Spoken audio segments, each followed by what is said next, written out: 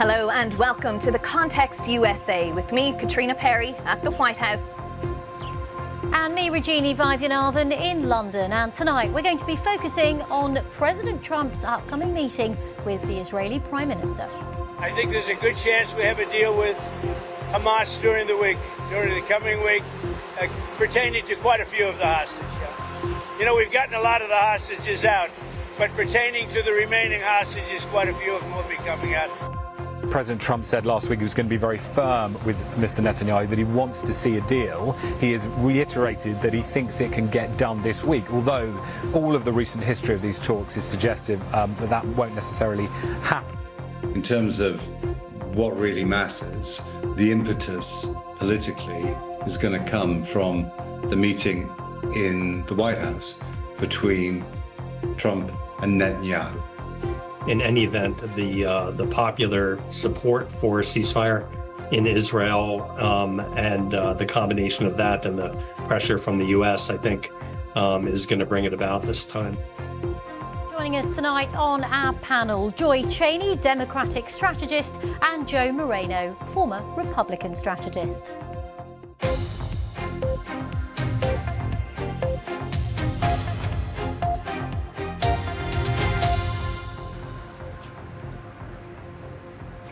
Hello and welcome to the programme, and it's another busy one here in Washington DC. I'm here at the White House where a little bit later on President Trump will be hosting the Israeli Prime Minister Benjamin Netanyahu just a couple of hours from now. A busy evening ahead. Indeed. Well, on the Context USA this evening, we'll also be talking about those devastating flash floods in Texas, where at least 91 people are confirmed dead. And if we get time in this busy hour, we'll also be touching on the newly announced US plans to impose new product taxes on more than a dozen countries.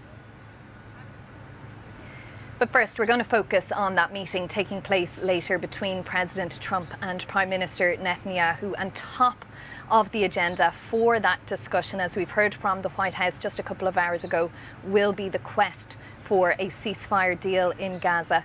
This, of course, is Prime Minister Netanyahu's third visit here to the White House since President Trump came back into office at the end of January.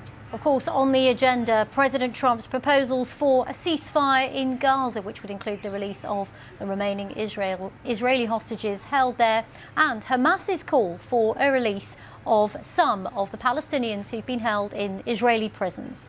President Trump says he hopes for a deal this week. I think there's a good chance we have a